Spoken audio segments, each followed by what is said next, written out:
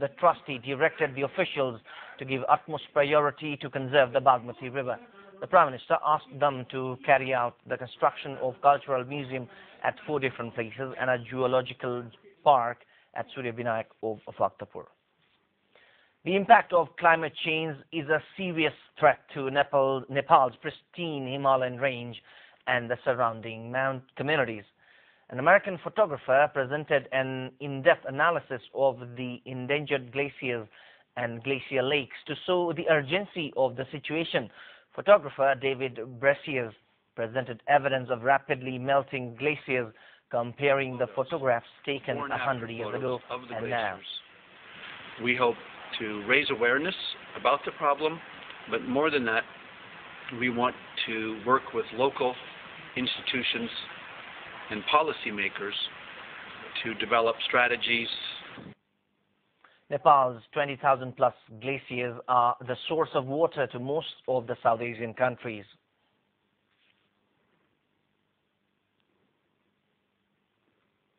Incumbent Chief Justice has stressed for timely reforms in the judiciary as well. Min Bahadur Rai Mazi was inaugurating the National Judicial Academy in the capital. He stressed the government should be liberal in developing the academy as it is an important place to train human resource. हामी नेपालका नागरिकको सुधारको आवश्यकता छ भन्ने मलाई लाग्छ. Minister for Law and Justice Prem Bahadur Singh said the government wants to see an independent and able judiciary. Journalists have sent a memorandum to all the political parties in the Constituent Assembly urging them to accelerate the constitution writing process. They sent the memorandum through local administration officers concerned along with pens and registers. Federation of Nepali Journalists FNJ President Dharmendra Jha said the move is to awaken them from deep sleep. FNJ is also launching a signature campaign to push the government and the parties to act responsibly. We will be back in a short while with international updates. Do stay with us.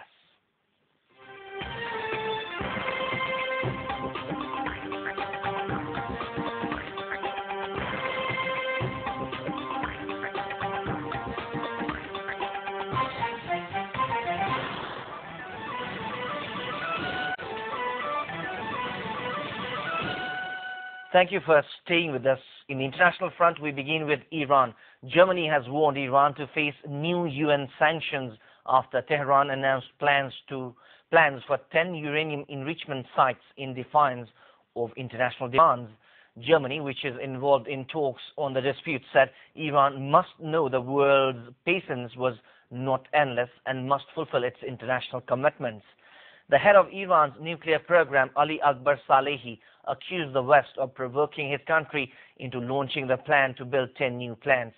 But Iran's parliament speaker and former chief nuclear negotiator, Ali Larijani, said negotiation was still possible. Western powers say Tehran is trying to develop nuclear arms, while Iran says it needs nuclear energy for its economy. Opposition candidate Porfirio Lobo is poised to become the new president of Honduras. This comes after preliminary results showed Lobo gaining 55.9% of the vote in Sunday's general elections. Lobo's rival, Elvin Santos from the ruling Liberal Party, has so far gained 38% of the vote. The disputed election came after a coup 5 months ago ousted president who insisted that the voter turnout was low and called the vote illegitimate. Now on to the business update for this edition.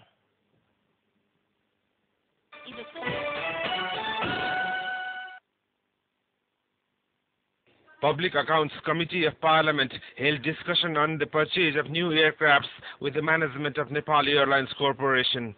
The management was interrogated over the dispatch of advance payment made to the supplying company. Nepal Airlines plans to purchase 2 aircrafts from the French company. The management is at odds on whether to purchase wide-body aircraft or the narrow-body ones. The national flag carrier has already paid Airbus over 50 million rupees as slot money. Committee chair said the committee will not obstruct the purchase but urged the management to proceed with the purchase. the capital city has entered into another phase of petroleum crisis. The protest of pro-Maoist workers' union has started showing its effect in the streets. All private refueling stations have been closed in the absence of enough fuel. Vehicle owners have been forced to queue up in the government-owned refueling stations. Nikolai Davydenko won the title of ATP World Tour Finals held in London. World number 7 Davydenko defeated 5th seed Juan Martin Del Potro in straight sets 6-3 and 6-4 in the final match played on Sunday. This was his greatest achievement so far. In the match played under the Premier League on Sunday night, Chelsea trounced Arsenal 3-0, thereby amassing 36 points. Chelsea have maintained their top position. Didier Drogba contributed 2 goals for Chelsea. In another match under the Premier League, Liverpool vanquished Everton 2-0. Liverpool have now secured 5th place. In a match played under the Spanish League, Barcelona beat Real Madrid 1-0 and New Diamond School won the titles of 5th Save Inter-School Volleyball Tournament organized by Save School. Newton School beat the West Save School 25-19, 25-14 and 25-13 in the final match held under the boys event on Monday. Nightingale School stood 3rd in the boys event. New Diamond School struggled hard to win the title in the girls event. New Diamond got better of Anal Jyoti 25-14, 25-18, 25-14, 23-25 and 15-8. On to weather now. Forecasting division says the weather is likely to remain partly cloudy throughout the country in the next 24 hours. Now the weather details.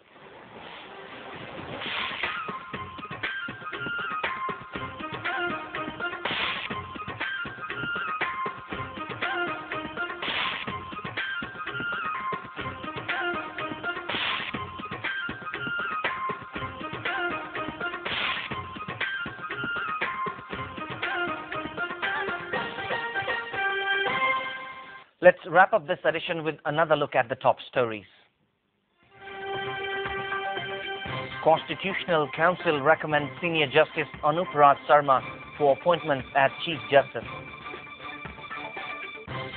UML Politburo members seek more clarity from the party president on his dossier. Maoist ethnic fronts divided over the safe insights of the preferential states. And opposition candidate Porfirio Lobo poised to become the new president of Honduras. That's all we have in this edition. Keep watching Nepal Television. Until next time, goodbye and namaste.